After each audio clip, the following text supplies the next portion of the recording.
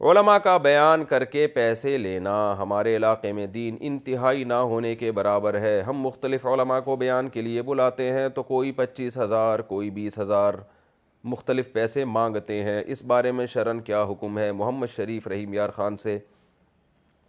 دیکھیں، انسان کسی کی کوئی بھی خدمت کرتا ہے نا، چاہے وہ دینی ہو یا دنیاوی ہو، تو اس پہ پیسے لینا راجح قول کے مطابق جائز ہے۔ پوری دنیا میں اسی پر عمل ہو رہا ہے، فی نفسی ہی تو جائز ہے۔ جیسے امامت کی تنخواہ ہے، قاری حضرات بچوں کو پڑھانے کے پیسے لیتے ہیں، یہ سب جائز ہیں، تو اس طرح بیان کے بھی پیسے لیے جا سکتے ہیں۔ لیکن خطیب حضرات کو چاہیے کہ وہ خود اس رسم کا بائیکاٹ کریں۔ ایک واعظ و نصیحت کو بالکل ہی واعظ و نصیحت کے انداز میں ہو تو زیادہ اچھا ہوتا ہے، اس کا اثر پڑتا ہے لوگوں پہ۔ امام تو بیچارہ مجبور ہے نا، وہ تو 5 ٹائم باؤنڈ ہے مسجد میں، وہ اگر تنخواہ نہیں لے گا تو وہ پھر اس کو دوسرے کام کرنے پڑیں گے، نمازیں ضائع ہوں گی۔ اسی طرح جو بیچارے مدرسین مدرسوں میں پڑھا رہے ہیں، وہ تو کئی کئی گھنٹے مدرسوں کے لیے وقف کیا ہوا ہے، وہ اگر ان کی تنخواہیں نہیں ہوں گی، وظائف نہیں ہوں گے، تو وہ پھر یہ سب چھوڑ کر ان کو کوئی دوسرا کام کرنا پڑے گا، تو دینی تعلیم ضائع ہوگی۔ لیکن واعظ کو چاہیے کہ وہ اپنے واعظ و نصیحت کی محفل کو، کیونکہ اس میں ایسا تو نہیں ہوتا نا کہ وہ اس کے علاوہ واعظ کا کوئی کام ہی نہیں ہے، ظاہر ہے ان کے تدریس ہوتی ہے، کہیں امامت ہوتی ہے، تو جائز ناجائز کی بحث میں نہیں پڑھ رہا۔ واعظین کو چاہیے کہ وہ یہ سلسلہ پیسے لینے کا ختم کریں، اس کو بالکل خالصتاً فی سبیل اللہ کر دیں۔ پھر کوئی اپنی خوشی سے اگر کوئی ان کو ہدیہ دیتا ہے تو ٹھیک ہے۔ مجھے تو پتہ ہی نہیں تھا کہ اس طرح سے واعظین میں پیسے لینے کا رواج ہے، لفافے چلتے ہیں۔ مجھے یاد ہے ایک جگہ کسی دوسرے کنٹری میں مجھے بیان کے لیے بلایا، تو وہ میں نے کہا ٹھیک ہے جی، ویزا وغیرہ لگوا دیں تو میں آتا ہوں، بیان کر کے چلا جاؤں گا انشاءاللہ۔ تو پورا دورہ تھا وہاں پہ، تو وہ بیچارے نا پھر کہتے ایک بات آپ سے پوچھنی ہے، بڑے گھبرا رہے تھے۔ میں نے کہا جی پوچھیں، کیوں گھبرا؟ تو کہنے لگے مفتی صاحب آپ کے ریٹ کتنے ہیں؟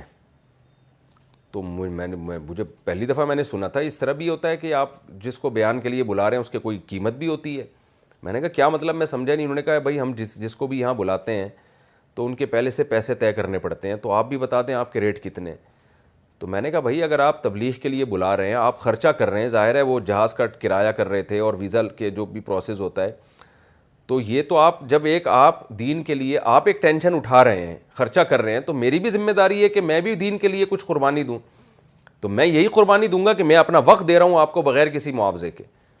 بلکہ میں نے یہاں تک ان سے کہا کہ بھائی اگر جو ہے کیا نام ہے ہو سکا تو میں کوشش کروں گا کہ میں ٹکٹ بھی اپنا خود ہی کروں۔ خیر یہ زیادہ ہو جائے گا، واعظوں کو اتنا آپ مکلف نہ بنائیں، بیچاروں کے ہر ایک کے مالی حالات ایک جیسے نہیں ہوتے۔ تو ہونا تو یہ چاہیے کہ جیسے تبلیغ جماعت والے اپنا جان اپنی مال اپنی جان اپنا مال اور اپنے سارے خرچوں پہ اپنے وقت پہ جا رہے ہوتے ہیں۔ لیکن اگر یہ نہیں ہو سکتا تو اتنا ضرور کریں کہ جس کو بیان کے لیے آپ بلا رہے ہیں اس کا آنے جانے کا رہنے کا خرچہ لوگ اٹھائیں، کیونکہ لوگ اپنے فائدے کے لیے اس کو بلا رہے ہیں۔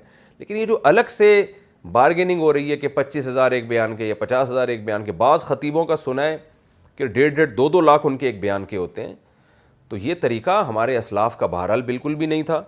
اس لیے اس طریقے کو ختم کرنا چاہیے، اس سے دعوت میں جان ختم ہو جاتی ہے، اثر ختم ہو جاتا ہے۔ تو جو بھی واعظ و نصیحت کے لیے جائے وہ فری میں جائے، ہاں بلانے والے کم از کم ان کے آنے جانے کے خرچے اٹھائیں وہ، اور کوئی اپنی خوشی سے ہدیہ دینا چاہے تو وہ تو کوئی بھی کسی کو کسی بھی ٹائم پہ دے سکتا ہے، اس میں پابندی نہیں ہے۔ لیکن یہ جو واعظین میں لفافوں کا سیٹ اپ ہے، یہ میرا خیال ہے ایک بالکل ایک درس کو اور اپنی جو ہے نا دعوت کو اس کی روح کو ختم کرنے کے مترادف ہے۔ اس سے پھر سننے والوں پر شاید اثر نہ ہو۔